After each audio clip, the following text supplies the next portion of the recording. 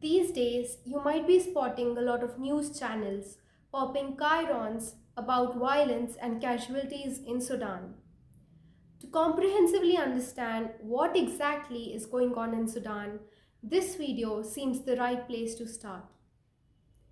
If I have to answer that in short, it is a civil war between two men who are recklessly putting the lives of their countrymen at risk to quench their thirst for gaining power.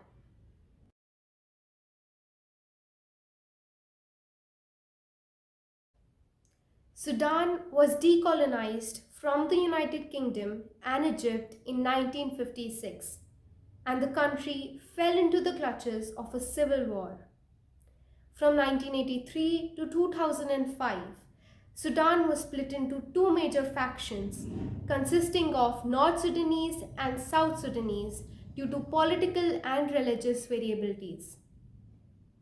A comprehensive peace agreement was then reached in 2005, which ultimately led to South Sudan's secession following a referendum in 2011. The period after Sudan's decolonization consisted of multiple political and economic instabilities, followed by military coups.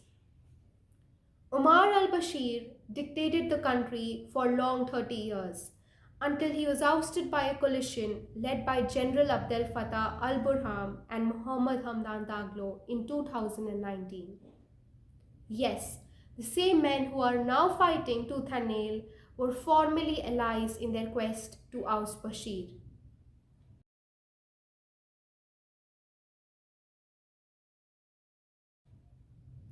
After Bashir was ousted and sent to prison, the public protested for a civilian transitional government instead of a military one. So eventually, a power sharing deal was agreed upon by appointing a civilian leader, Abdullah Hamdok, as the Prime Minister, and elections were promised to the public by 2023. The trajectory of the future of Sudan was looking pretty decent until the military led a coup.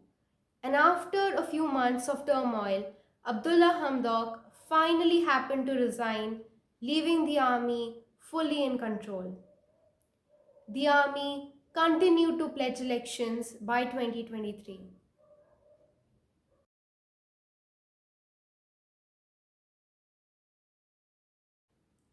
Recently, a deal had to be signed between the military faction and the civilian faction. When I say the military faction, I mean the Sudanese Armed Forces, abbreviated to SAF, and the RSF for Rapid Support Forces, led by Abdel Fattah and Daglo respectively.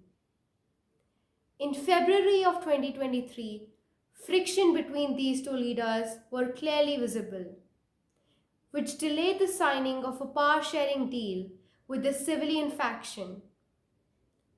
There are recent contentions to integrate RSF into the Sudanese army. This has significant effect on the hierarchy of the RSF officers, which will now come directly under the commander of Sudanese Armed Forces, Burham, leaving Daglo only second in command. And Daglo definitely does not want this.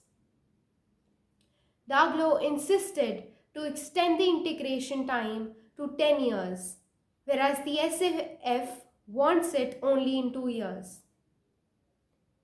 Following this contention, the RSF started recruiting across the country, escalating the situation and, as it seems, delaying the elections which were promised to the public in 2023. Since then, the RSF has attacked several key strategic areas, and there are a lot of counterclaims being made by the SAF. Hundreds of lives have been lost, including an Indian. To safeguard the Indian citizens, the government has taken the initiative to evacuate them under Operation Kaveri. It is imperative for the international community to rally for elections to be conducted at the earliest to free the country from the tug of war that these two leaders are playing.